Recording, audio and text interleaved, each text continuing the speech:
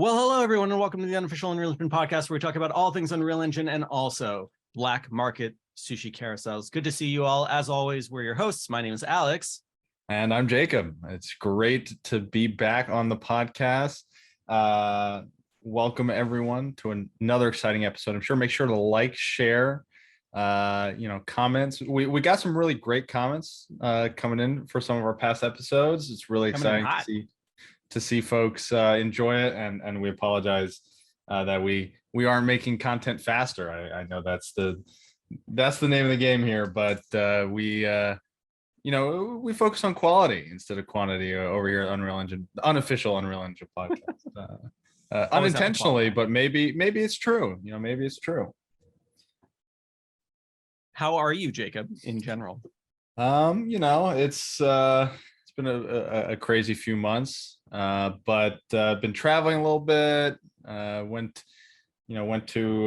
got back from GDC, and then I thought, oh well, I'm done traveling, and then traveled a bit more, and it's just been a kind of a nonstop whirlwind, to be honest. But I can't complain. Those real-time graphics ain't gonna render themselves. So how about you, Alex? How have you been? It's pretty good. Also traveling as well. Been back and forth to Austin a few times, preparing for a big conference in New York City on Monday. And then we'll be back to Austin and then over to LA for an event called The Next Stage, where we'll be showing some Unreal Engine theater stuff. It's a big theater conference thing. Awesome. Yeah. Well, let's jump into it. What's up? What's been going on in Unreal universe? Well, I think everyone's feeling pretty excited about 5.2 moving pretty quickly from a couple previews to a final release. And we've talked a little bit about what we were excited about based on the GDC announcements, but now a lot of this stuff is in everyone's hands. I was showing off at the top of the podcast for anyone who sees the video. The MetaHuman machine learning deformer stuff is crazy, like running in real time. Mind you, I'm on a pretty beefy computer, but it's 120 frames a second real time. You see muscles, you see clothes, you see all sorts of body flexing stuff that is really phenomenal. Yeah, I think we spoke a little bit about some of the ML deformer stuff last episode, but it's just still insane to see the results and now having it in our hands and knowing, oh yeah, this is real.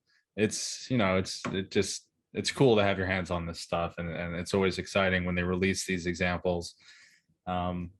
They're very good about releasing a lot of examples and making sure anything they show, there's no smoke and mirrors, and that's always great. But I'm really excited about this kind of technology in the engine. I think like we mentioned last time we spoke on the podcast, that kind of, it's just fascinating to see how many different features are in the engine, and also kind of the new domains and the new types of activities or actions that you can take in the engine. I think is pretty exciting. Yeah, absolutely. And for anyone who doesn't know, by the way, because I have been asked this more times than I have expected to, and whenever you want to see the latest samples available download for Unreal Engine, it's just in the Epic launcher. There's a tab called Samples, and that's where if you were to go there right now, you would see, the newest UE feature sample is ML Deformer sample, and that's where you also find the MetaHuman sample, the Matrix City sample, a car configurator, an ICVFX thing.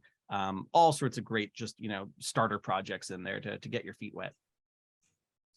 Yeah, I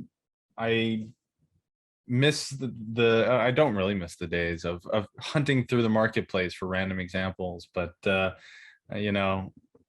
is cool to see how much awesome content they're releasing. And you mentioned that also the driving demo from GDC was going to be released soon. Is that still true? Oh, I don't know. Yeah, I mean, I'd love for it to release. I bet there's a bit of a issue with Rivian from a licensing perspective. Yeah, I would imagine, because it's their actual very accurate design of their vehicle. But I would hope that you replace that Rivian car with maybe a souped up version of the car in the automotive template, and leave all the procedural stuff and leave all the great little puddle splashes and deformed tires. And I think a lot of people would be thrilled to play around in that sample.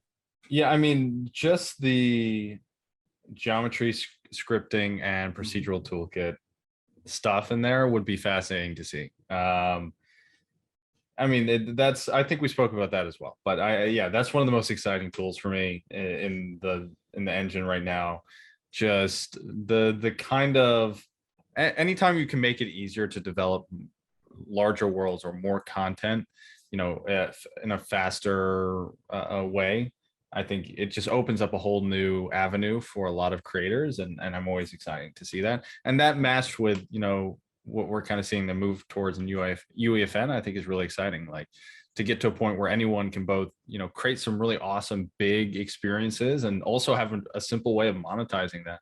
I think is super cool. I mean, to think about the new types of creators that we'll see come out of that, I think it's pretty exciting. Yeah, absolutely. I actually was fortunate to be a guest critic at Columbia last week or 2 weeks ago. So all the students had done these Unreal Engine projects. I was in the architecture school. And it was funny to see how many of those projects, because most of them were done in 5.0 or 5.1, to be like, oh, there's a thing that would really help you that just came out in 5.2. So, typically at the end of these architecture critiques, you're like trying to give the students like ideas for what they can do to take their project further. And I was surprised how many times I was like, you should download 5.2. Like there was a group that was doing all this amazing stuff with like iridescent pearlescent shaders and like all this crazy refraction, and I was like, have you seen like the opal material in the Rivian demo? And they're like, I have no idea what you're talking about. What are you talking about? Add that material in, that's going to do some crazy stuff here. So yeah, as you say, like just the power that we're putting in the hands of students, creators, professionals, like anyone who just wants to dive into this sandbox to mix metaphors in a fun way. I think it's also interesting. I mean, this is kind of segueing into a different topic, so we can hold off if we want. But when folks are comparing Unreal Engine and Unity, I think there's kind of two sides to the argument when it comes to Unreal. And one is, oh, there's so many features. How could Unity compete? And other one's like, oh, it's too many features. And like I mean, you can argue whether or not it's everything and nothing. It doesn't really seem that way.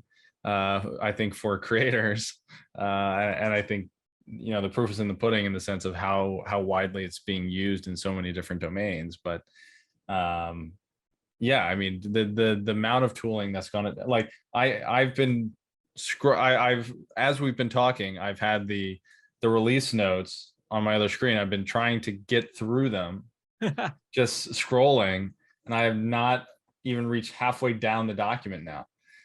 It's just truly insane how much content is being, or how many features are being built out. The technical teams there, and how awesome their teams are right now, and what they're able to do in a release is really pretty incredible. No doubt about that.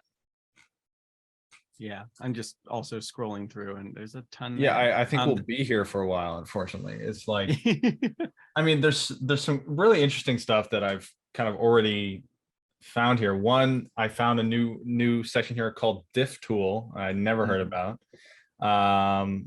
The current support for blueprint adjacent types. That's super interesting to me, because that leads into the kind of the management stuff that everyone's talking about in UEFN, where it's like source control. Having diff tools seems like it's kind of going in that direction, which is very cool to see. There's a whole section here on artificial intelligence, neural network engine. Like, what the fuck is that? I don't know if I'm allowed to swear on this, but you didn't say the F word. You said, you said, what the fun is that? Yeah. You can now run neural networks within your game using neural network engine plugin. Like, what? Since when? And apparently there's a course. That's pretty cool. But yeah, this is truly insane. The fact that you can go ahead and all of a sudden now you can run full simulations using neural networks. That's crazy. And that's just a random bullet point in this enormous document. Yeah, I like the idea of us just shouting out a few random ones that are catching our eye, because some of these, like, I'm just looking at this for the first time too. And I guess there's a tool that apparently has been around since 5.1, but it's called the Render Capture Baking Tool.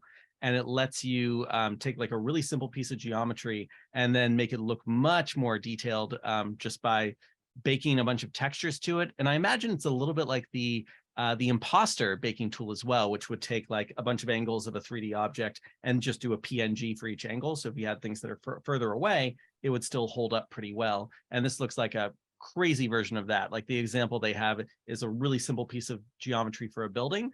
And then after you bake the textures to it, like it looks way more detailed. And then they show the same thing with a bunch of flowers. So whatever this thing is that I've never seen before this moment, that's something I want to play with. Yeah, that sounds pretty cool.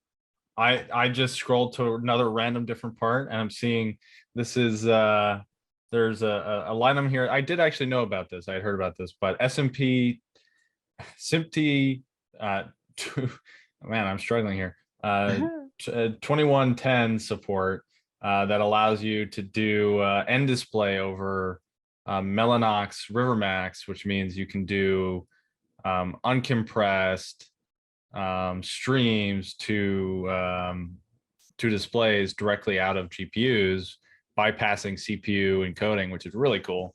Like that's crazy. And there's also a multi-process and off. This is one I didn't know. Multi-process and off-screen rendering, which sounds very interesting. Because that sounds like a really awesome way to run this, where you don't have to deal with Windows Display Manager and stuff like that. So that's pretty cool. Yeah, it's insane. And do you have another one? Have you hit another? Yeah, so many, but it's kind of fun to be trying to figure out what these things are actually doing off the top of my head. Like there's a system now for when you're blending animations together, you can see like debug versions of each of those animations to help with the blending. And I was just looking at one that looked very cool with I just lost it. There's another one, but yeah, we can just go back and forth for a few real quick. Anything else for you? Oh man, let's see. I'm just gonna. So I have found at the top of the page there's a nice index. Right. I have found just randomly clicking on that to be quite valuable in this. Virtual asset improvement, offline support. That's pretty cool. Virtual asset was what they introduced, if I remember clearly, to allow for check-in of individual. Actually, I don't know. I have no clue what virtual assets are. I guess I guess I don't know about that one. There's all the pixel streaming stuff here, which you have played around with, and we've spoken about before. OCIO improvements. That's always nice, man. And then it just goes into a huge list of bug fixes and improvements. Wow. Yeah. Oh, I want to call out Victor Broden's XR Creative Framework plugin, which he teased when we did our 3-hour live stream. So that's available in 5.2. It gives you just like a nice little toolkit of things on top of what the VR template gives you. Vive trackers now have their own plugin. I mean, and going back to what you were saying a minute ago, Jacob, about how Unreal Engine might have too many exciting things going on. I mean, that's why I really like the plugin system. Like you're unlikely to get distracted by things if the plugin for it isn't on. Like I heard a lot of people freaking out about Avalanche or whatever that will be called when it's released, which is almost like After Effects and all this motion graphics stuff added into Unreal, and a lot of people were like, oh my god, that's gonna make the UI completely overwhelming. And it's like, only if you turn it on. If you don't turn on that plugin, you're never gonna see it. So I mean, Unreal has been very smart about that in their plugin ecosystem, that it's all pretty much in the same. I mean, the plugin list is getting enormous. Like it used to be you could know all the plugins that shipped with Unreal. Now there's just no chance you've played with all of them. But yeah, you're totally right. I mean, the UI never feels cluttered to me. I do one thing that can be frustrating is when you start doing something, and you spend a lot of time, and then of course, because that feature isn't presented to you by default, like, oh, there's a plugin for that. Why don't you just use that, right? Like, there's all sorts of stuff like that. But yeah, I mean, there's been pretty constant improvements everywhere, I would say. I mean, I'm looking at Path Tracer right now. Path Tracer is a pretty interesting one. I have strong opinions on, I guess. Yes.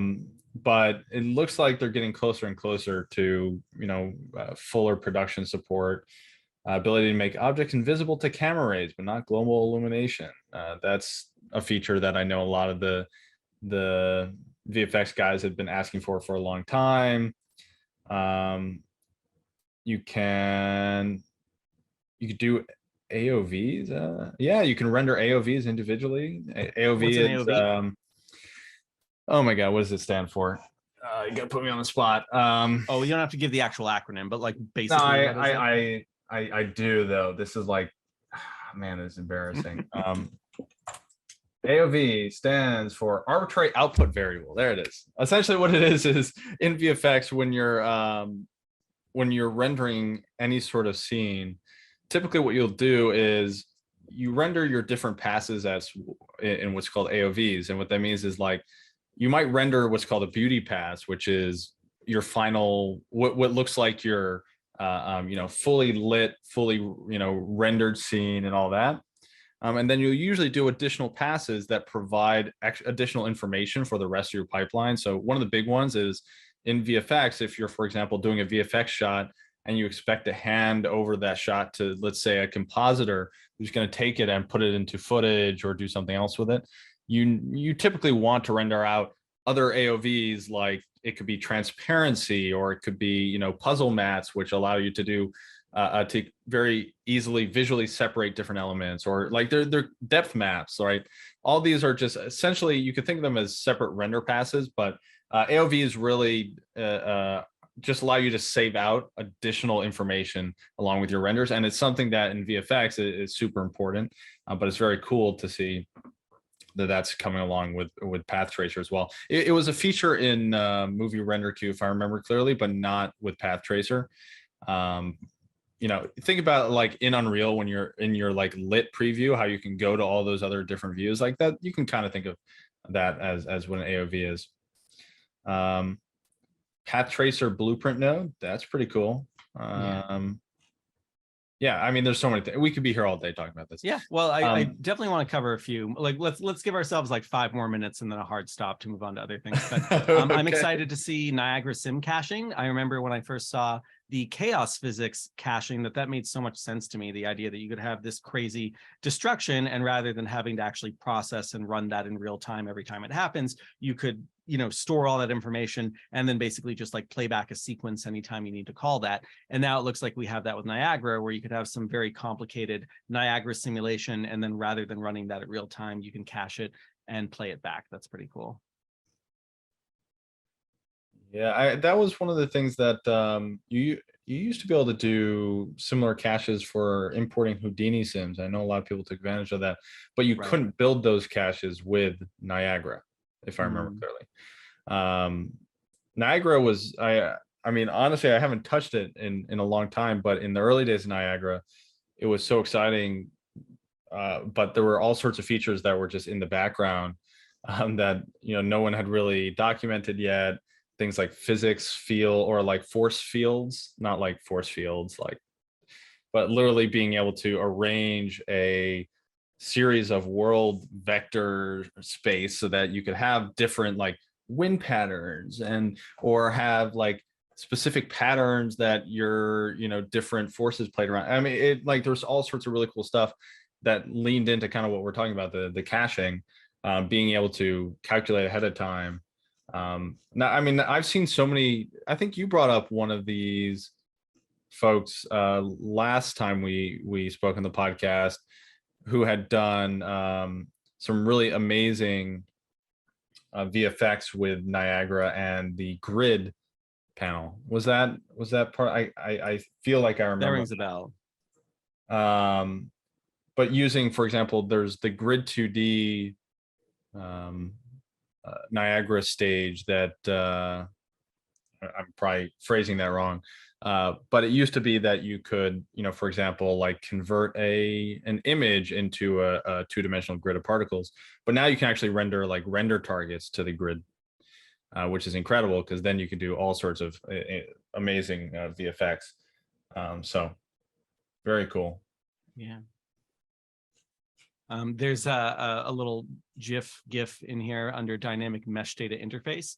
And it talks about how you can have a piece of geometry that's running, and then you can basically duplicate what's happening with that geometry and put it everywhere. So the example is like one little mannequin walking, and then you have like 1,000 mannequins below doing the same thing. And it looks a lot actually like a fun little Unreal Engine game I released for free a couple weeks ago. I don't know if you played it yet, but it's called Knock 'em Dead. And it's basically just a fun little physics sandbox where you are strategically trying to die at the correct time to get the most points. So you like run towards this crowd of all these other mannequins, and then you try to like go into ragdoll physics mode and knock down as many of the other mannequins as possible. And there's like a score multiplier based on that. Anyway, there's a little GIF that looks a lot like my little free game that anyone I can did download I and play did with. see your game. I was seeing everyone's high scores and like what I think I was traveling at the time, so I was like, what is Alex doing? Like it was just like one of these threads where it was like I could see the smirk on your face as everyone was like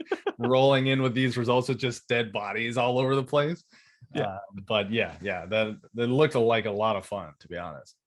And it's actually, funnily enough, the thing that I was playing with the most in there, I found out has gotten really popular in UEFN, which is the time dilation effect. So I made it so that as soon as ragdoll physics activate, we go from time dilation of 1, which it normally is, to 0.1. So it's like you get this very slow motion kind of thing as everything's going into ragdoll mode, then it goes back to normal. And apparently, like, for at least last time I saw this, all the most popular UEFN games were using time dilation in some fun ways, especially some of the racing games.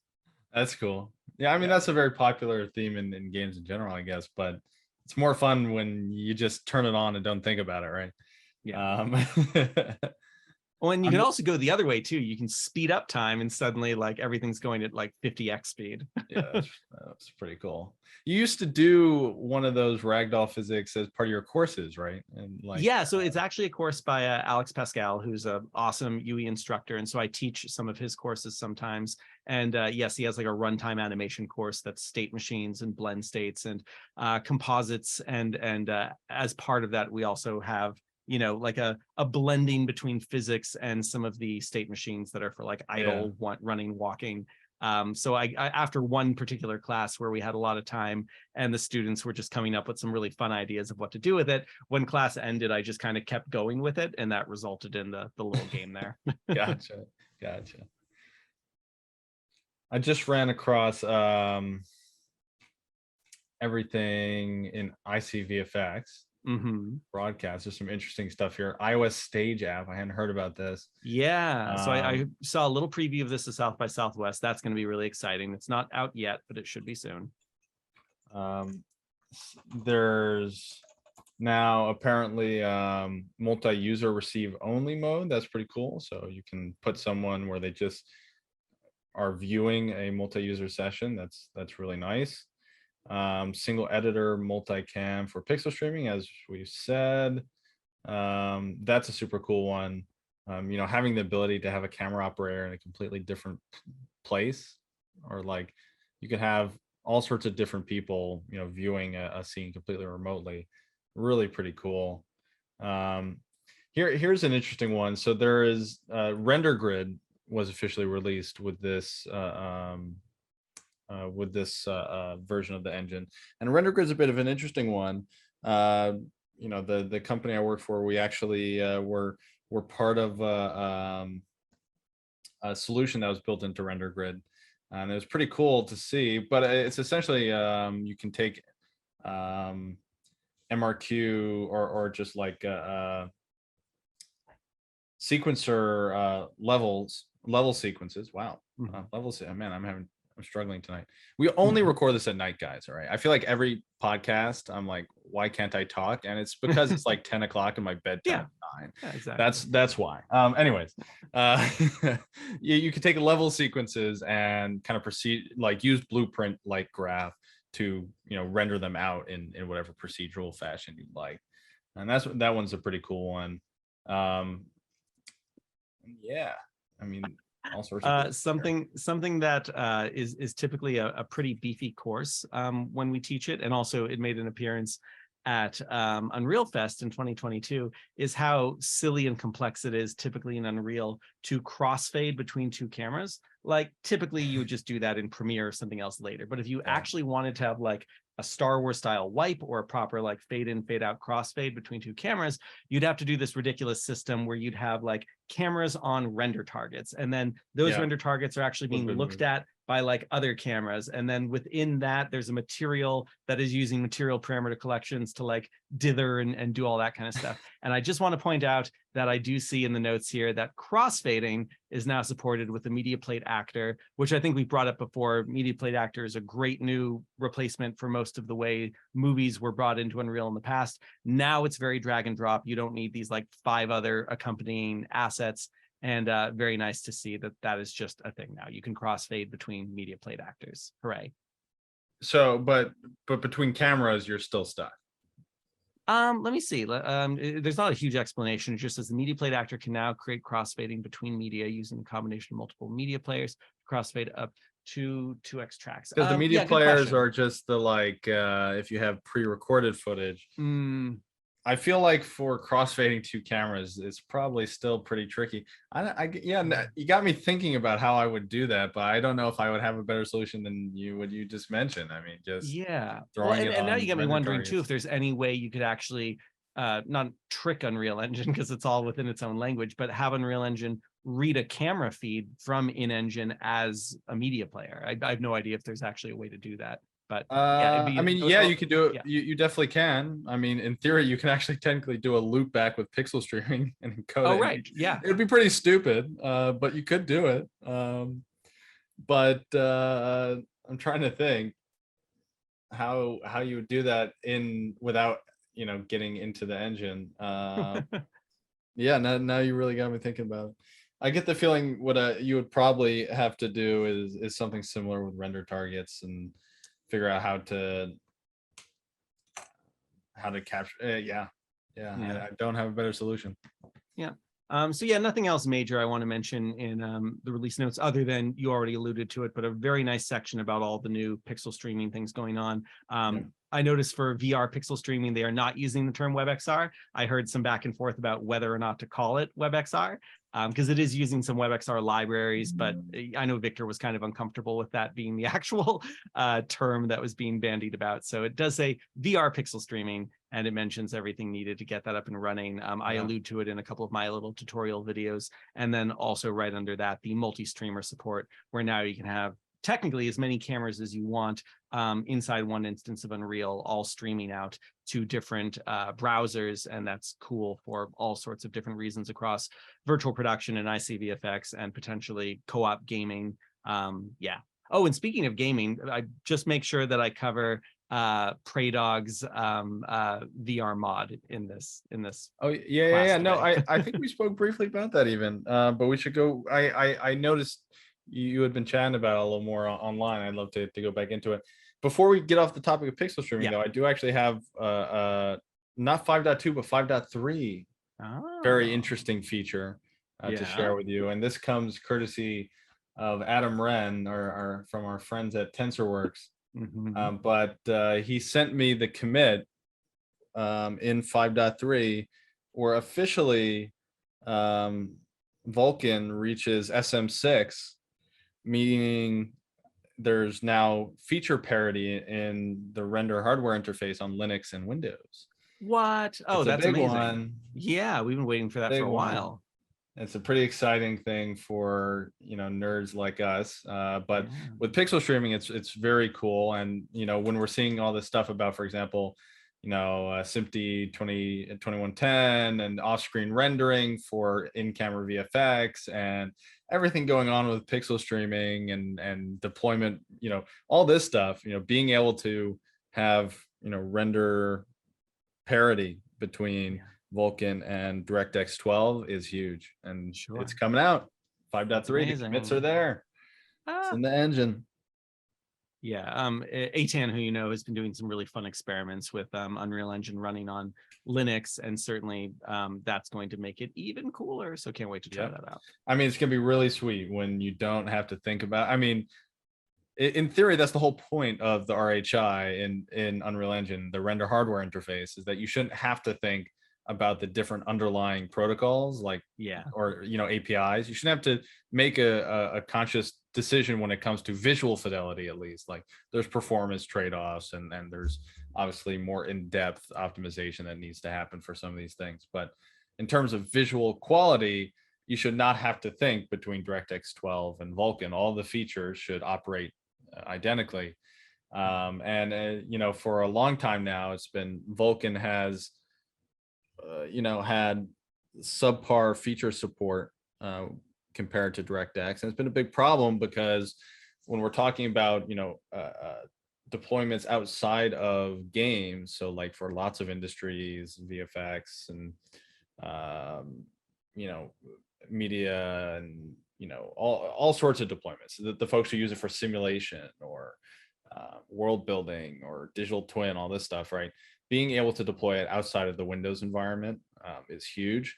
And now having parity between the platforms, that's really going to make a big difference. Yeah, 100%. Cool. I was very what's excited next to receive that message. That's for sure. I want to chat. One thing that we talked about a little earlier that I think is worth going back over is talking about what happened with Unity this week. Actually, okay. It was part of this conversation. So I mentioned earlier, I saw lots of very interesting takes online as a result of Unity laying off a very good portion of their engineering staff this week. And to folks out there who maybe are coming from Unity or were laid off, and I apologize. I feel bad for you guys and everything that's happened. That was definitely a bad situation. Anytime one of these mass layoffs happens, it's a terrible situation. With people, a lot of people who are very passionate and very talented. It's always hard to see, but I'm confident they'll all find a new home, and most likely they'll just end up at Unreal. And you know what? That's not the worst place to be. So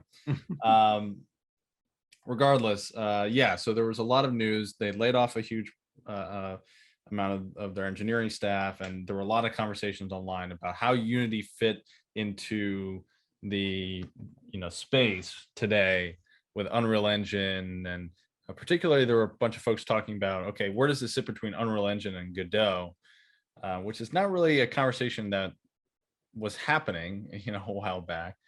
Because I don't know about you, but let's say 4 or 5 years ago, Unity was pretty much de facto standard, especially in indie games. For it was a de facto standard for lots of let's call them small, medium sized studios. Then the larger studios all used their own custom engines.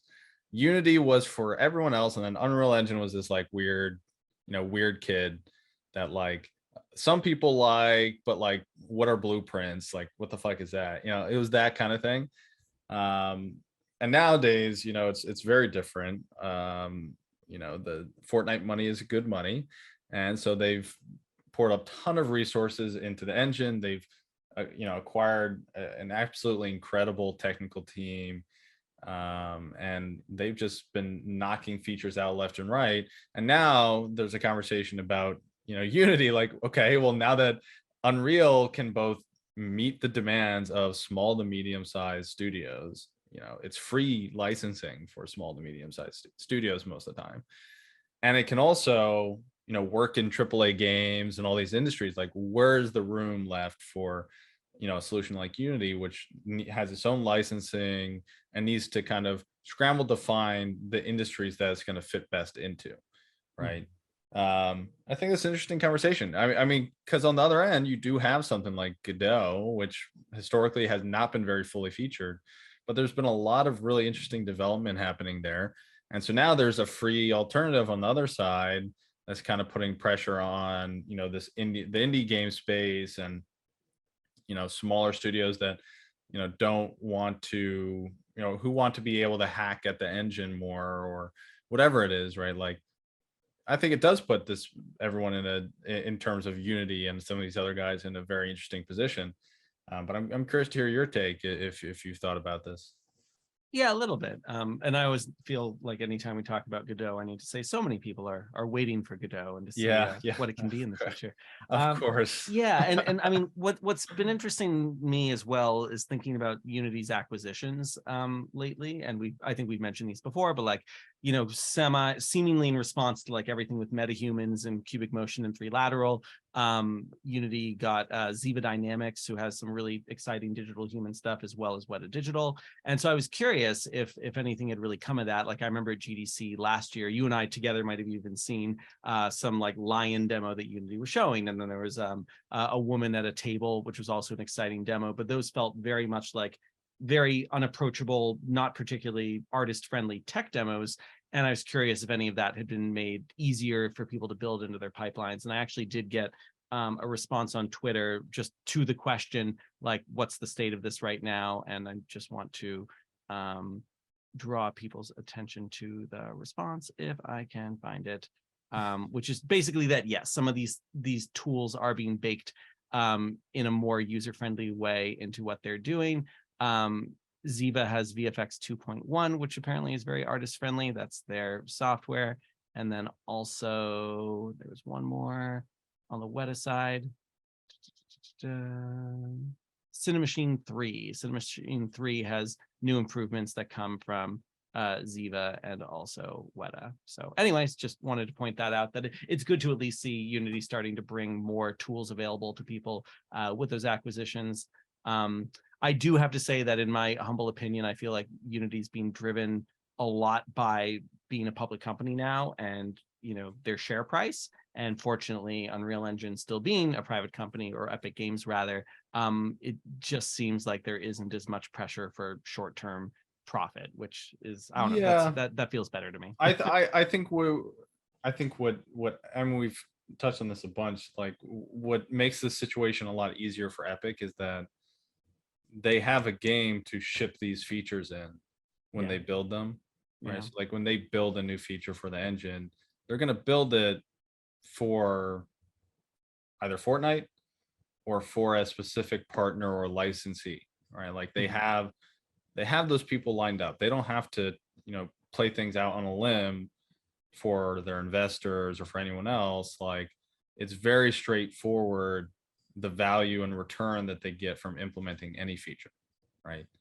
Whereas for Unity, because they haven't necessarily gone down that path of giving themselves a brand tied to a specific experience or type of experience, I think it's a lot more challenging for them to justify going out and building some of these like I said, like running a neural net just as a plugin, and like that's a really weird thing to develop if you are building a game engine. Like, make things look better first, but they don't have to think about that because they have VFX customers, or maybe games customers who specifically want this feature. They're already licensees, and they'll ship it in Fortnite in a few seasons, and it's done, right? Like, it's paid for.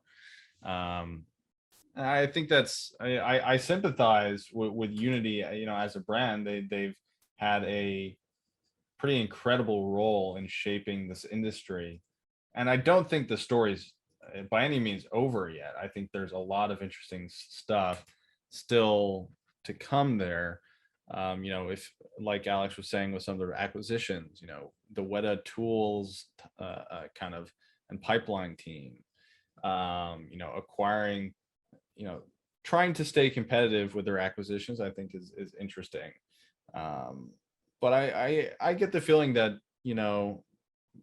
someone like a company like Unity is bound to have an ace up their sleeve somewhere. And kind of where they choose to play their cards, I think will be very interesting coming up. I do think there's plenty of space left for them. I don't think it's fair to say, oh, well, between Unity and Godot, there's nothing left. Like, I don't really think that's accurate, because there are plenty of people who, don't see Unreal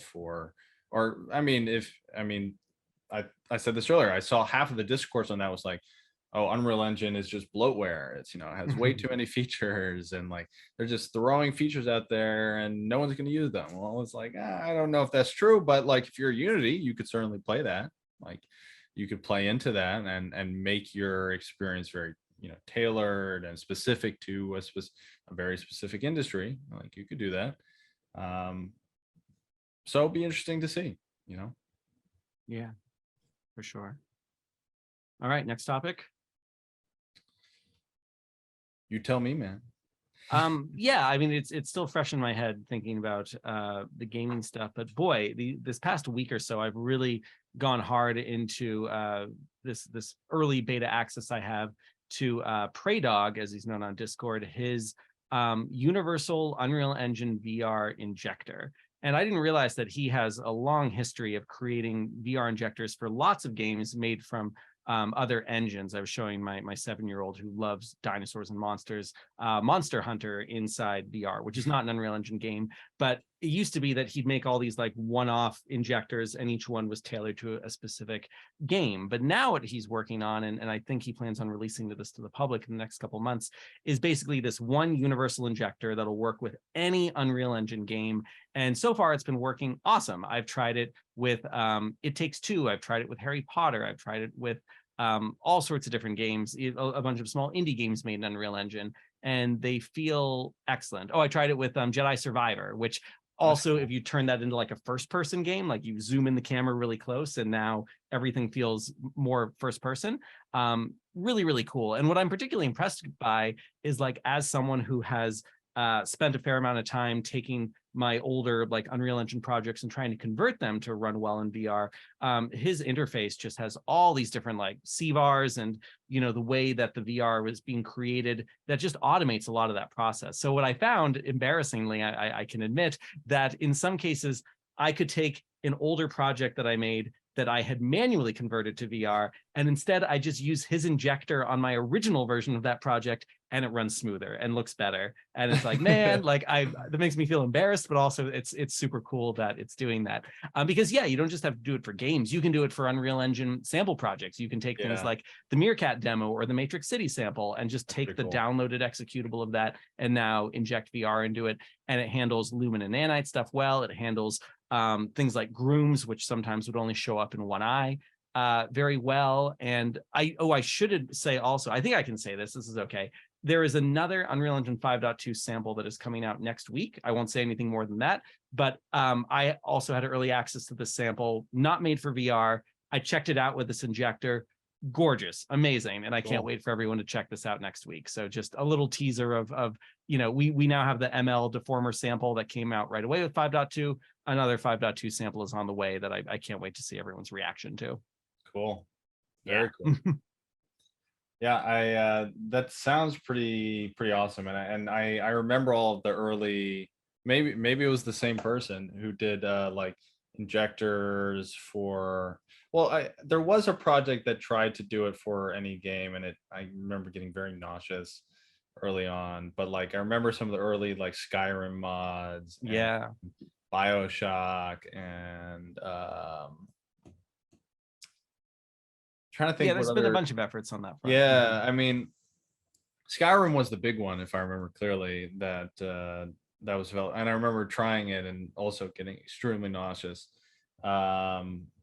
But I have to imagine a lot has changed since then. I would love to give that a try. I mean, it sounds like a really awesome reason to get my headset off the wall and jump into some games and see them again. And I mean, Harry Potter sounds pretty cool, and it's not the most beautiful game ever, but it sounds pretty cool to like, can you actually like swing your wand around and do stuff like that? Yeah, I mean, it's basically the game, but in VR. And again, you could like zoom in closer if you want to get out of that like third person mode, but to like fly around, Hogwarts and the water looks beautiful, to go inside the castle and really get a sense of like the scale of the Great Hall in VR. That stuff is pretty cool.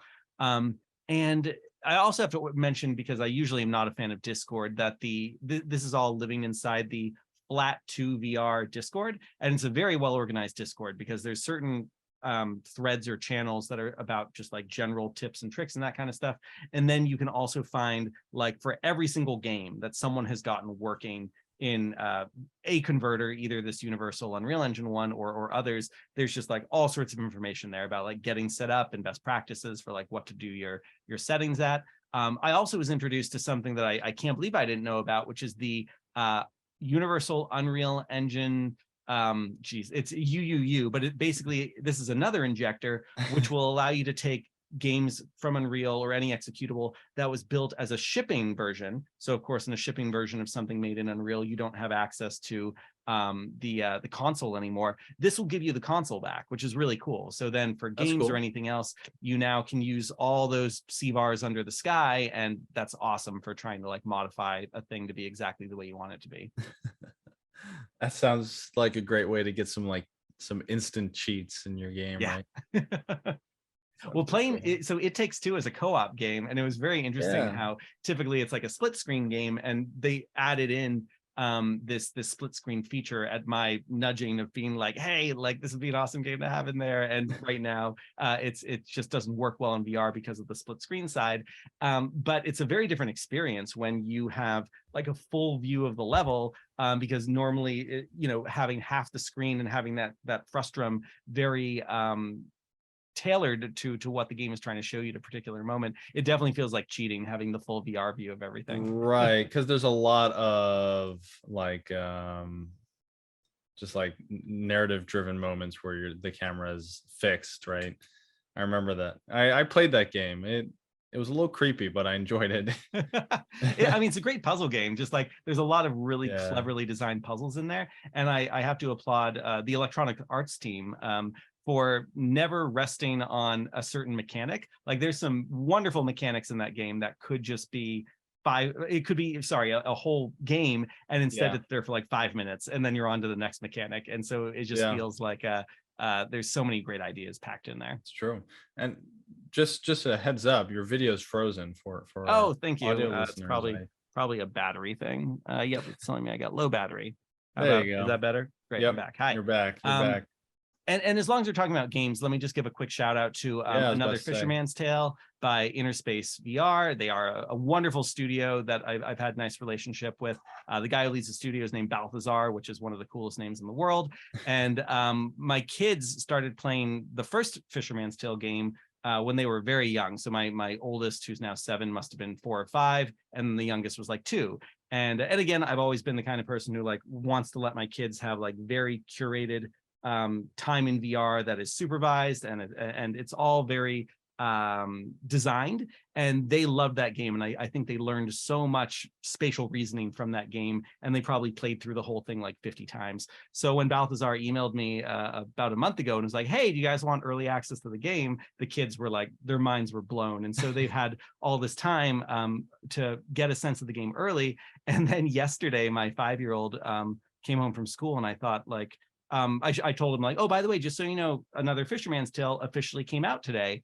And he's like, oh, well, we should make a video about it. And I was like, well, we don't usually do like screen time during the week. But he's like, but what if people get stuck? Like, we have all this information about it, so we should make like a nice video that shows people how to play through all the hard parts. And I was like, oh, I mean, that is very nice and generous of you. So we made this video last night that ended up being like an hour and a half long of him. It's very cute, just going through like the first 2.5 chapters and solving most of the puzzles on his own. There were some there that I was like, oh, I'm gonna have to like swap in and help him out. And some of these really tricky puzzles where you need to like throw your head into a vent and put your hand into an engine and like control these things from different angles, like he took care of it. He did it himself. That's pretty cool. It's a really cool game, and I love the way that it expands on the first game, because now they really expand on the idea of you being a fisherman, because your head and your hands, all of these body parts now become something that you like cast out and then kind of reel back in a different capacity. And it's cool. Really a game made for VR. Yeah, I highly recommend it. Yeah, I remember loving the first one. It was one of those games that you just had to play all the way through. Like you could, and it was a pretty long experience. I remember clearly. The playtime was like 3 to 4 hours or something like that for the first one. If I remember clearly, it might have been a little shorter, but I remember, that was a great game. And I definitely got to play a new one. I think of kind of that initial generation of games, it was that, and like I guess similar to what you're describing with some of these puzzles. Maybe in this version, but I Expect You to Die was another one of my favorites. It's just those games were, puzzle games in VR are just awesome. I guess I had no other way of putting that. but puzzle games that can pack a narrative punch too are even better. Yeah, 100%. And that is an Unreal Engine game, right? Yep. Both these Fisherman Tale game. I mean, it's pretty rare to find an Oculus Quest totally standalone game that runs in Unreal. Their last game, Mask Maker, which was another super cool game, was made in Unreal, but I think only worked on desktop, not just Quest. And so it's pretty cool to see a company that is still devoted to Unreal Engine and making totally standalone games, because a lot of people seem to be convinced that Unreal Engine can't be used for that, and they're wrong. Of course. Oh man. Well, I think we have run the gamut in this episode. I got a few more quick things. Like, I think we need to shout out that Unreal Fest 2023 was officially announced. It'll be at the beginning of October, back in New Orleans again. Are you going to be there, Jacob? I will definitely be there. Excellent.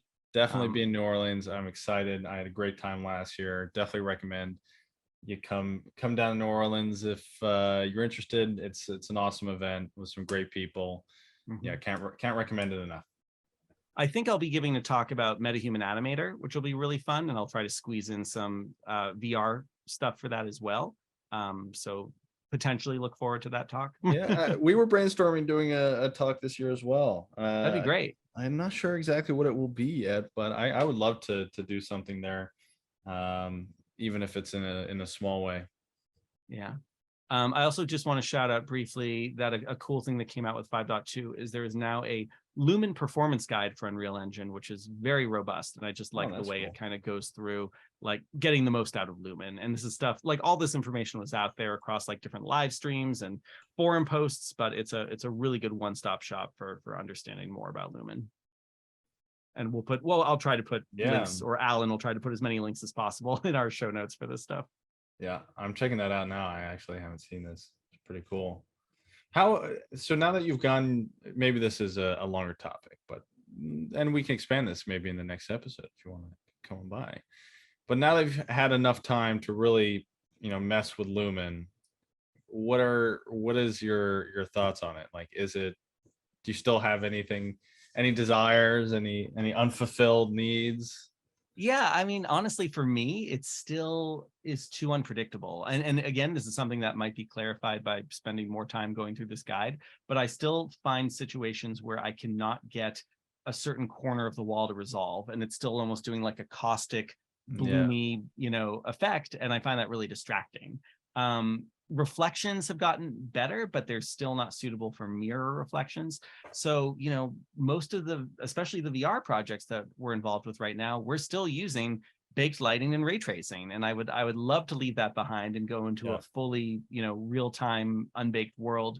But at least insofar as what I've been able to achieve with Lumen so far, I haven't quite been able to take that leap yet. Nanite, though, is great. We're using Nanite all sorts of times and places. Yeah, no doubt. I haven't heard any middle ground takes on Nanite. I think pretty much everyone loves it.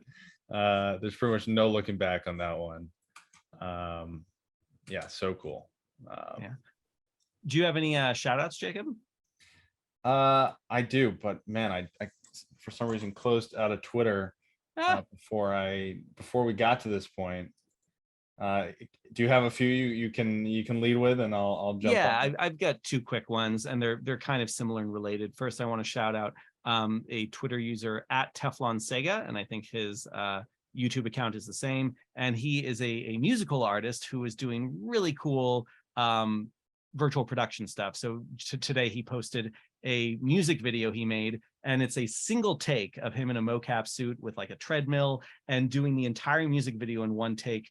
And then, you see the final version created in Unreal. And I just love the innovation of what's going on. And what's cool is like, he's doing so many kind of random things in that one take that he couldn't possibly have known, like, to hop from here to here to here to here, because that's where he knew he was going to have rocks. So of course, a lot of that stuff happens in post, but it's a beautiful production pipeline. And I love seeing that kind of stuff.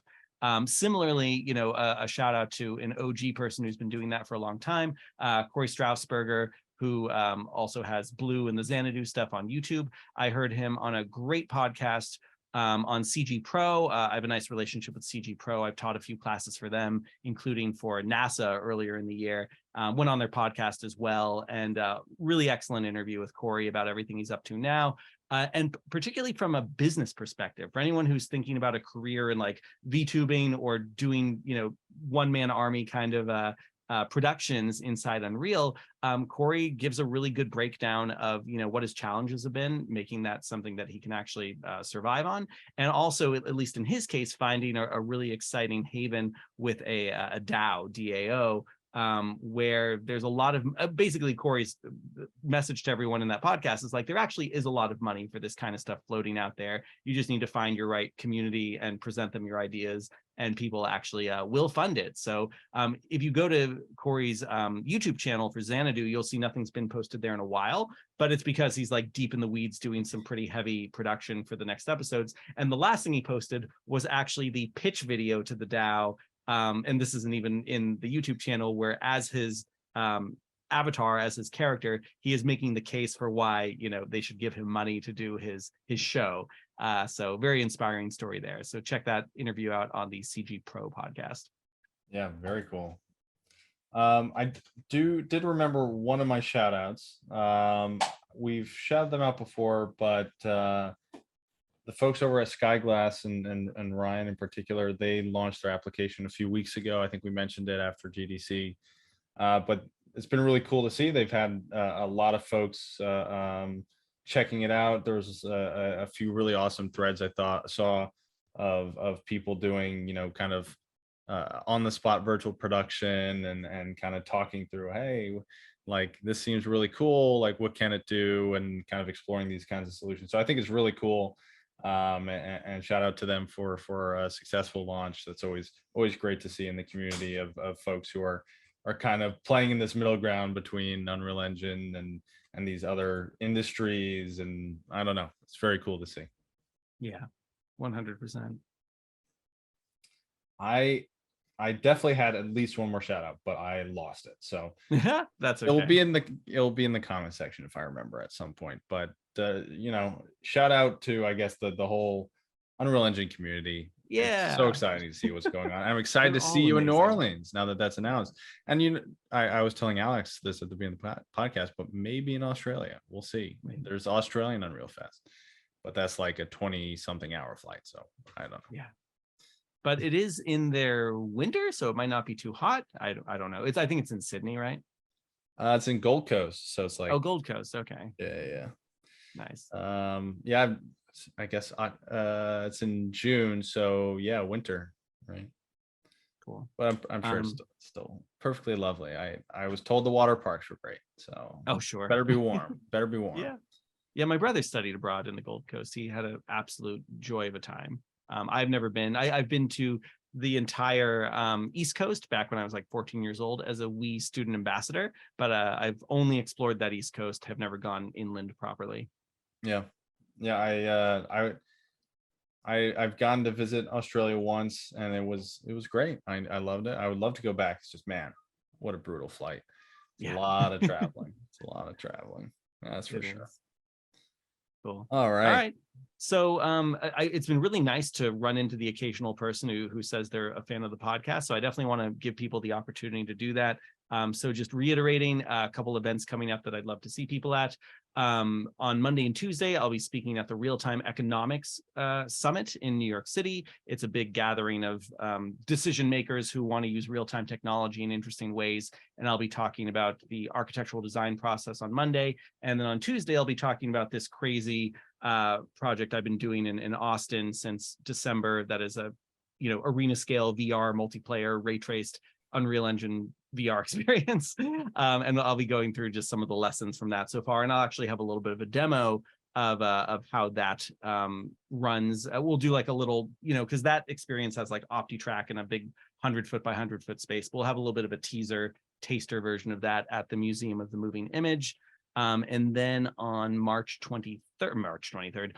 23rd, my dad's birthday, I'll be on a panel at, I have no idea how to pronounce this, GMetrixR, GMETRIXR's first in real life event. It'll be at Hudson Yards in New York City, and that'll be a cool panel talking about the metaverse and XR and AI and all these fun future buzzwords that we like to talk about so much. Then I'll be heading back to Austin on May 31st, doing actually some fun stuff with some Epic guys there, which I might be able to talk about next podcast. And then on June 1st, I'll be headed over to Los Angeles for a few days, partially for the Next Stage Summit, which is all about theater and live events. And we'll be showing some cool Unreal Engine stuff there. That's it for me. That's a lot. That's not just it. That's a lot. But definitely, if you're at some of those events, or if you make the Unreal Fest later in the year, I'm sure we'll have many episodes between now and then. But definitely feel free to reach out and let us know you listen to the podcast and give us feedback. We really love to hear it. And with that, I'll say, make sure you like, make sure you comment, subscribe, share, whatever it is, wherever you are. And thanks for listening. I hope we catch you on the next episode. Thanks, everyone. See you next time.